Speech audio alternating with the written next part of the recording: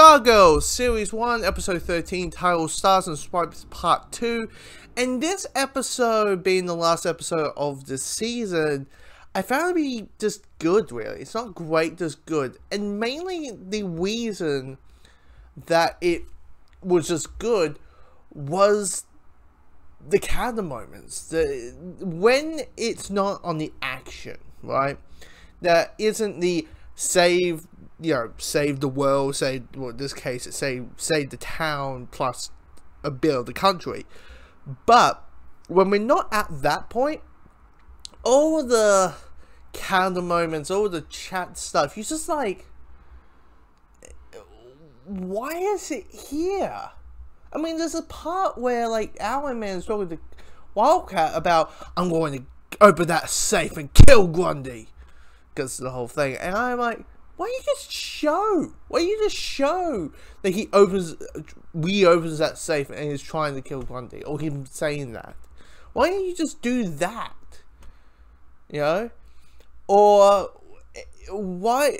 Because, or there's these moments where, because, you know, CAD's on a ticking clock, there's these moments where you're like, this would be great at the end of this whole thing. Because you just hit something in my head. I'm like, there's a ticking clock, there's a ticking clock, there's a ticking clock. You are in need to save the town. And you're right now going to do a heart-to-heart moment where Pat says, Courtney, I heard everything. Like, really? Really?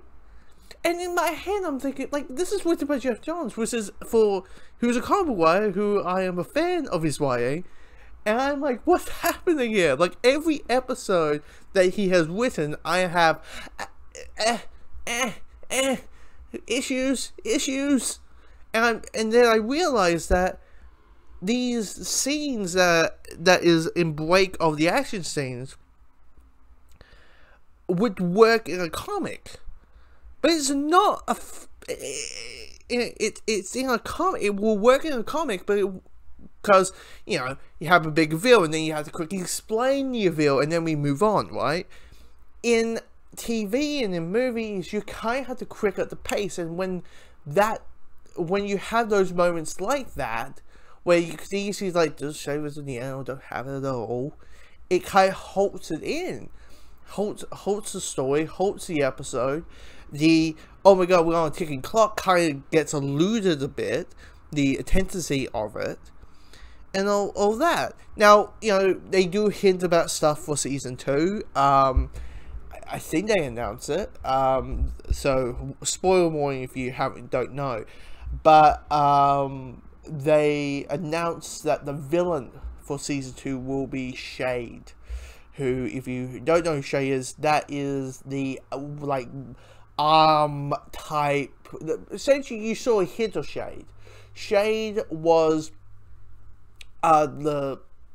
basically the hand that grabbed the original Dr. Midnight in the first few minutes of the first episode. And you know, it's all about hinting, and I think it's at that point where you're like, it's that point where you're like, oh, you know, they haven't cast them yet, so they'll just, you know, get some guy to do a deep dark voice and, you know, that kind of thing.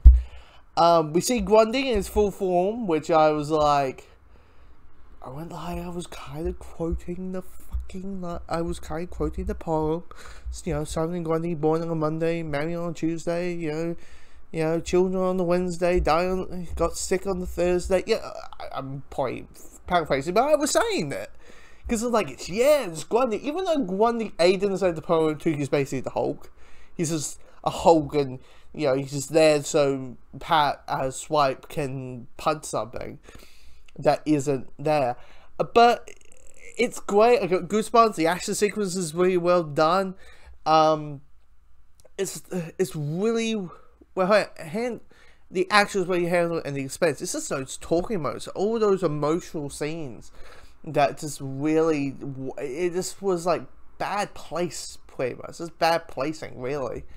But yeah, quite curious how things go, because the hinting at the very end, see how things go and how things fall out and all that. So, yeah, see, Stargirl season 1, a pretty good show. But I can't wait for season 2.